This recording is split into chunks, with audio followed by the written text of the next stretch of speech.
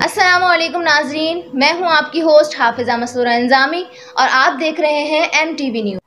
آج کے ہمارے پروگرام کا موضوع ہے حضرت غوث پاک رضی اللہ تعالیٰ عنہ اور آپ کے علمی مقام و مرتبہ۔ جیسا کہ آپ لوگ جانتے ہیں 11ویں شریف کا مہینہ ہے اور یہ بالخصوص جو ہے حضرت غوث پاک رحمۃ اللہ تعالیٰ علیہ کی طرف منسوب کیا جاتا ہے، ورنہ اس میں اور اولیاء کرام کے آراس بھی شامل ہوتے ہیں، لیکن بالخصوص اس کی نسبت جو ہے وہ آپ کی طرف کی جاتی ہے اور اسے 11ویں کا مہینہ بھی کہا جاتا ہے۔ تو آج ہم انشاءاللہ تبارک و تعالی غوث پاک رحمۃ اللہ تعالیٰ علیہ کے حوالے سے بات کریں گے۔ سب سے پہلے ہم آپ کی ولادت اور آپ کے والدین، آپ کے نسب کے بارے میں بات کریں گے کہ آپ کا نام عبد القادر تھا اور آپ کے والد کا نام ابو صالح موسیٰ جنگی دوست تھا۔ آپ جو ہیں وہ والد کی طرف سے حسنی سید تھے اور والدہ کی طرف سے حسینی سید تھے۔ آپ کی والدہ جو تھیں وہ حضرت ام الخیر فاطمہ رحمۃ اللہ تعالیٰ علیہا تھیں، اور آپ کے نانا جان حضرت عبداللہ سومعی وہ بھی اپنے دور کے ایک نہایت عابد و زاہد اور اس دور کے مشہور و معروف بزرگ تھے۔ حضرت غوث پاک رحمۃ اللہ تعالیٰ علیہ جو ہیں وہ جیلان میں پیدا ہوئے۔ آپ مادرزاد ولی تھے، یعنی آپ کی پیدائش سے قبل ہی آپ کے والد کے خواب میں نبی کریم سرکار دو عالم صلی اللہ علیہ وآلہ وسلم تشریف لائے اور انہوں نے آپ کی ولادت کی بشارت دی۔ نبی کریم علیہ الصلوۃ والسلام نے فرمایا کہ اے ابو صالح، تمہارے گھر میں ایک بیٹا پیدا ہونے والا ہے، اور اس کی کیا شان ہوگی؟ اس کی شان یہ ہوگی کہ وہ میرا بھی محبوب ہوگا اور اللہ کا بھی محبوب ہوگا۔ سبحان اللہ! جو شخص اللہ اور اس کے حبیب کا محبوب ہو تو اس کی کیا ہی شان ہوگی، کیا اس کا مرتبہ ہوگا۔ حضرت غوث پاک رحمۃ اللہ تعالیٰ علیہ آپ نے نہ صرف روحانی اعتبار سے بلکہ علمی اعتبار سے بھی آپ کی خدمات جو ہیں وہ کثیر ہیں۔ آپ نے اجلہ اور معتبر علماء سے علم دین حاصل کیا۔ ابتدائی تعلیم آپ نے اپنے شہر جیلان میں حاصل کی۔ آپ کے بارے میں یہ واقعہ بہت مشہور ہے کہ آپ جب قرآن پاک کی تعلیم حاصل کرنے کے لیے مدرسے میں گئے اور آپ کو استاد محترم نے جب قرآن پاک پڑھنے کا کہا تو آپ نے اعوذ باللہ بسم اللہ پڑھنے کے ساتھ جب قرآن پاک پڑھنا شروع کیا تو آپ نے 18 پارے سنا دیے۔ سبحان اللہ! تو جب استاد نے پوچھا کہ بیٹا یہ پارے آپ کو کس طرح یاد ہیں، آپ کو کیسے حفظ ہیں یہ پارے، تو آپ نے استاد کو جواب دیا کہ جب میں اپنی والدہ کے شکم میں تھا تو میری والدہ کیونکہ 18 پاروں کی حافظہ ہیں تو وہ تلاوت کیا کرتی تھی، تو کثرت تلاوت کی وجہ سے وہ سپارے مجھے بھی یاد ہو گئے۔ سبحان اللہ! کیا حافظہ اللہ تبارک و تعالیٰ نے آپ کو عطا فرمایا۔ پھر جیسے آپ بڑے ہوئے تو آپ بچوں کے ساتھ کھیل رہے تھے تو وہاں پر ایک بیل موجود تھا، تو بیل کو اللہ تبارک و تعالیٰ نے قوت گویائی عطا فرمائی اور بیل کہنے لگا آپ کو اس کام کے لیے پیدا نہیں فرمایا گیا۔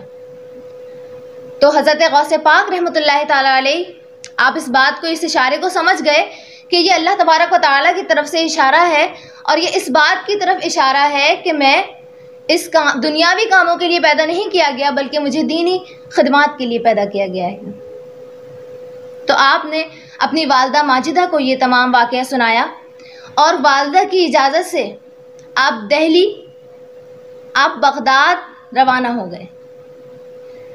بغداد جس طرح کے آج کے دور میں لوگ ہائی اسٹڈیز کے لیے بیرون ملک جاتے ہیں، اسی طرح علمی تعلیم کے لیے لوگ بغداد وغیرہ جایا کرتے تھے، کیونکہ بغداد جو ہے وہ علمی مرکز ہوا کرتا تھا۔ تو آپ بغداد گئے، وہاں آپ نے اپنی مزید تعلیم مکمل کی۔ آپ نے اپنا جو علم ہے، علمی سفر ہے، وہ نہایت ہی اجلہ اور معتبر علماء سے حاصل کیا۔ آپ کے اساتذہ میں ابو البرکات ہبۃ اللہ ابن مبارک شامل ہیں، محمد بن حسن الباقلانی شامل ہیں، اور علم الادب میں علامہ تبریزی جیسے پائے کے عالم آپ کے استاد ہیں۔ اور حدیثوں کے معاملے میں محدثین میں جن سے آپ نے کثرت سے اپنی روایتیں بیان کی، حدیث مبارکہ بیان کی، وہ ابو البرکات ہبۃ اللہ ابن مبارک ہیں۔ جو آپ نے کتاب تصنیف فرمائی غنیۃ الطالبین، اس میں بھی جہاں بھی آپ نے حدیث مبارکہ ذکر فرمائی ہیں، اکثر مقامات پر جو آپ کے شیخ ہیں وہ ابو البرکات ہبۃ اللہ ابن مبارک ہیں۔ تبارک و تعالیٰ نے غوث پاک رحمۃ اللہ تعالیٰ علیہ کو علم ظاہر کے ساتھ علم باطن بھی عطا فرمایا تھا۔ غوث پاک حضرت شیخ عبد القادر جیلانی رحمۃ اللہ تعالیٰ علیہ خود فرماتے ہیں کہ اللہ تبارک و تعالیٰ نے مجھ پر علم لدنی کے 70 دروازے کھول دیے ہیں۔ اب علم تو ہمیں سمجھ میں آ گیا، اب علم لدنی کیا ہے؟ علم دراصل دو طرح کا ہوتا ہے، ایک ہوتا ہے علم کسبی جو انسان اپنی محنت سے حاصل کرتا ہے، اور دوسرا ہوتا ہے علم لدنی جو اللہ تبارک و تعالیٰ اپنے خاص بندوں کو عطا فرماتا ہے۔ تو غوث پاک رحمۃ اللہ تعالیٰ علیہ فرما رہے ہیں کہ اللہ تبارک و تعالیٰ نے ان پر 70 دروازے علم لدنی کے کھول دیے ہیں، اور ایک دروازے کے بارے میں بتاتے ہیں کہ ایک دروازہ زمین و آسمان کے برابر ہے، یعنی جتنا فاصلہ زمین اور آسمان کے درمیان میں ہے اتنا بڑا وہ ایک دروازہ ہے۔ تو 70 دروازوں کا کیا عالم ہوگا؟ اور آپ یہ فرما رہے ہیں کہ وہ دروازے کھول دیے ہیں، مطلب وہاں سے علم کی آمد ہو رہی ہے۔ ایسا نہیں کہ علم آیا پھر دروازے بند ہو گئے، بلکہ کھول دیے ہیں اور علم کی آمد ہو رہی ہے۔ سبحان اللہ۔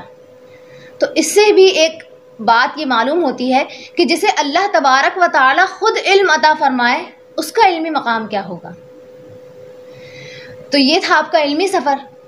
جب آپ نے علمی سفر اپنا مکمل کر لیا تو آپ بیان نہیں فرمایا کرتے تھے، یعنی واعظ و نصیحت نہیں فرمایا کرتے تھے۔ تو ایک مرتبہ جاگتی حالت میں سرکار دو عالم صلی اللہ علیہ وآلہ وسلم کی آپ کو زیارت ہوئی، اور حضور جان عالم صلی اللہ علیہ وآلہ وسلم نے آپ سے سوال کیا کہ اے میرے بیٹے، تم بیان کیوں نہیں کرتے، واعظ و نصیحت کیوں نہیں کرتے؟ تو آپ نے عرض کی کہ یہاں تو سارے عربی بھی لوگ ہیں اور میں اجمی ہوں، تو میں کس طرح ان میں واعظ و نصیحت کروں؟ تو نبی کریم علیہ الصلاۃ والسلام نے اپنا لعاب دہن 7 مرتبہ آپ کے منہ میں ڈالا۔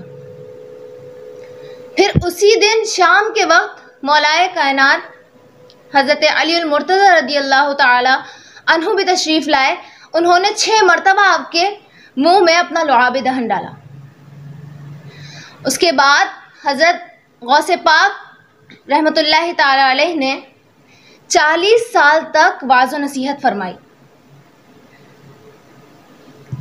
40 سال تک آپ نے واعظ و نصیحت فرمائی، اور شیخ عمر القیمانی فرماتے ہیں، وہ لکھتے ہیں اپنی کتاب میں کہ کوئی ایسی مجلس نہ ہوتی کہ جس میں غوث پاک واعظ و نصیحت فرماتے اور کوئی نہ کوئی شخص مسلمان نہ ہوا ہوتا، یا کوئی نہ کوئی شخص اپنے گناہوں سے توبہ تائب ہو کر نہ اٹھتا۔ کوئی ایسی مجلس نہیں جاتی تھی واعظ و نصیحت کی۔ اگر کوئی مجوسی، کوئی نصرانی اگر آپ کی محفل میں آتا اور وہ اپنے دل میں کوئی سوال لے کر آتا تو غوث پاک اس کے سوال کا جواب اس محفل میں دے دیا کرتے تھے، جس سے اس کی جو سوال تھا اس کو اس کا حل مل جاتا اور وہ شخص مشرف و اسلام ہو جاتا۔ سبحان اللہ۔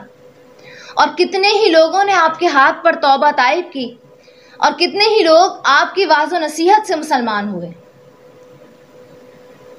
تو یہ تاثیر اللہ تبارک و تعالیٰ نے آپ کے واعظ و نصیحت میں فرمائی تھی۔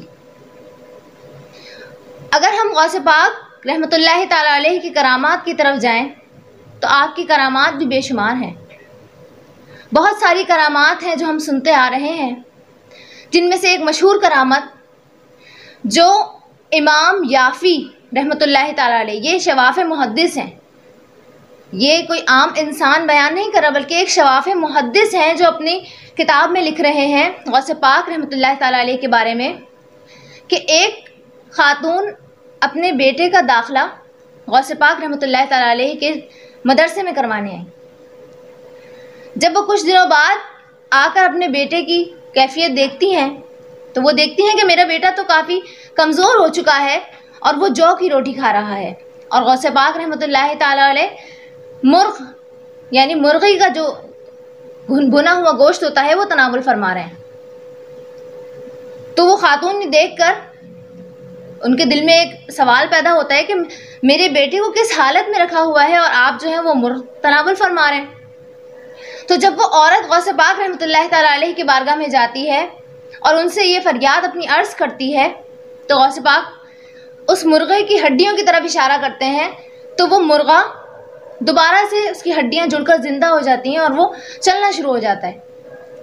تو غوث پاک رحمۃ اللہ تعالیٰ علیہ فرماتے ہیں کہ جب تمہارا بیٹا اس مقام تک پہنچ جائے گا تو اسے بھی یہ نعمتیں عطا ہوں گی۔ سبحان اللہ، یعنی اللہ تبارک و تعالیٰ نے آپ کو کیا شان عطا فرمائی کہ ایک مرغ جو کھا لیا گیا ہے اس کی ہڈیاں موجود ہیں اور ہڈیوں سے پھر وہ دوبارہ سے اس پر گوشت آ رہا ہے، وہ چل کے جا رہا ہے۔ یہ ہوتے ہیں اللہ تبارک و تعالیٰ کے نیک بندے۔ تو اسی کے ساتھ ہمیں یہ معلوم ہوا کہ جو اللہ تعالیٰ کے ولی ہوتے ہیں وہ صرف اپنی کرامات ظاہر نہیں کرتے بلکہ اس سے پہلے ان کا ایک طویل سفر علم کے راہ میں بھی ہوتا ہے۔ وہ علم حاصل کرتے ہیں، واعظ و نصیحت کرتے ہیں، تزکیہ نفس کرتے ہیں، اس کے بعد جا کر اللہ تبارک و تعالیٰ انہیں وہ ولایت کا درجہ عطا فرماتا ہے۔ تو جیسا کہ آپ لوگوں نے سنا کہ غوث پاک رحمۃ اللہ تعالیٰ علیہ نے کتنی علمی خدمات سر انجام دیں اور کس طرح درس و تدریس فرمائی، واعظ و نصیحت فرمائی، تو ہم کیونکہ ان سے محبت کرنے والے ہیں، ان سے محبت کرنے کا دعویٰ کرتے ہیں، تو ہمیں بھی چاہیے کہ ہم بھی دین کی خدمت کریں، ہم بھی دین کا پیغام لوگوں تک پہنچائیں، لوگوں کی اصلاح کریں۔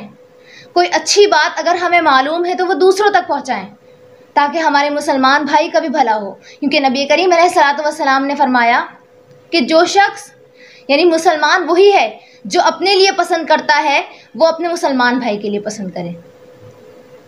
تو اللہ تبارک و تعالیٰ سے دعا ہے کہ جو اس بیان میں عمل کے متقاضی باتیں جو ہم نے سماعت کی ان پر عمل کرنے کی توفیق عطا فرمائے۔ اسی کے ساتھ اپنی میزبان حافظہ سیدہ مسرورہ کو دیجیے اجازت۔